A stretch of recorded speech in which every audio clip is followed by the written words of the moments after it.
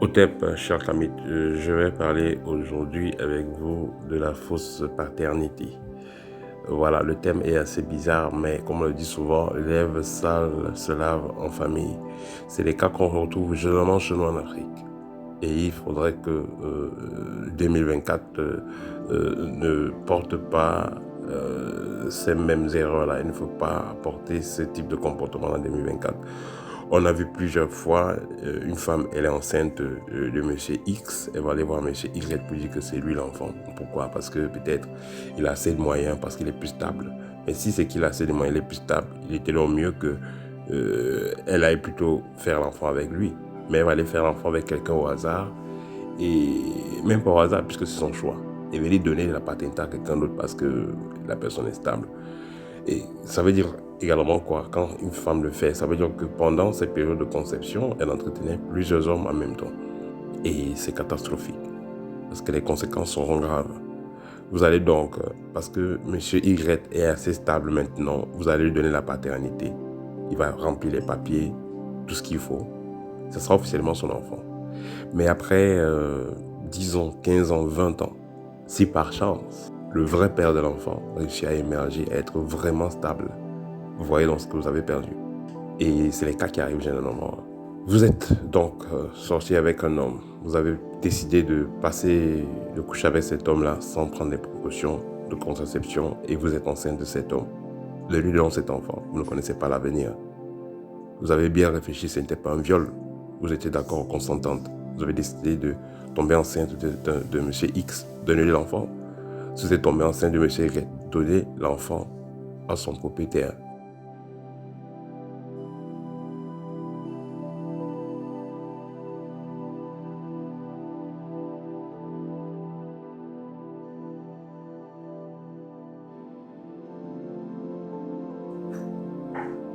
Donner la paternité au propriétaire. Voilà, parce que vous ne savez pas qu'est-ce qui va se passer demain. Vous savez, la terre c'est une école. Tout ce qu'on fait, on finit toujours par récolter. Donc toute action finit toujours par avoir des conséquences.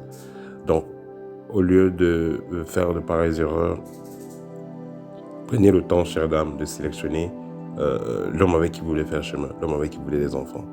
Parce qu'on ne s'amuse pas avec les vies. Et c'est comme ça qu'on a vu des conséquences graves. Vous savez, pendant le cours de cette année, j'ai beaucoup traité des problèmes pendant mes consultations, beaucoup traité des problèmes liés au foyer, au couple.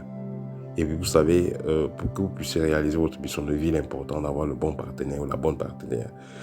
Si vous avez le bon partenaire, les choses seront faciles. Si vous avez le mauvais partenaire, la personne qui ne vous convient pas.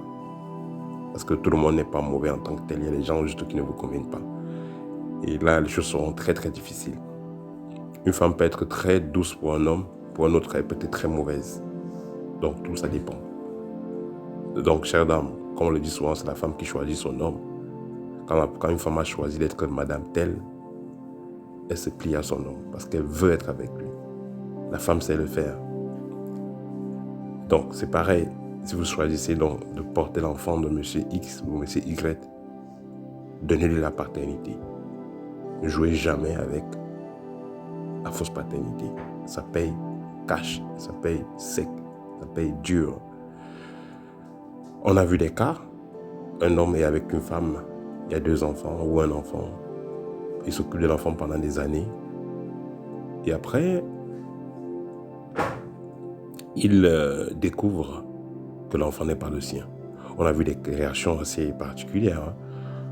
On a vu des cas où l'homme a carrément fait du mal à la femme et l'enfant, il a tué tout le monde.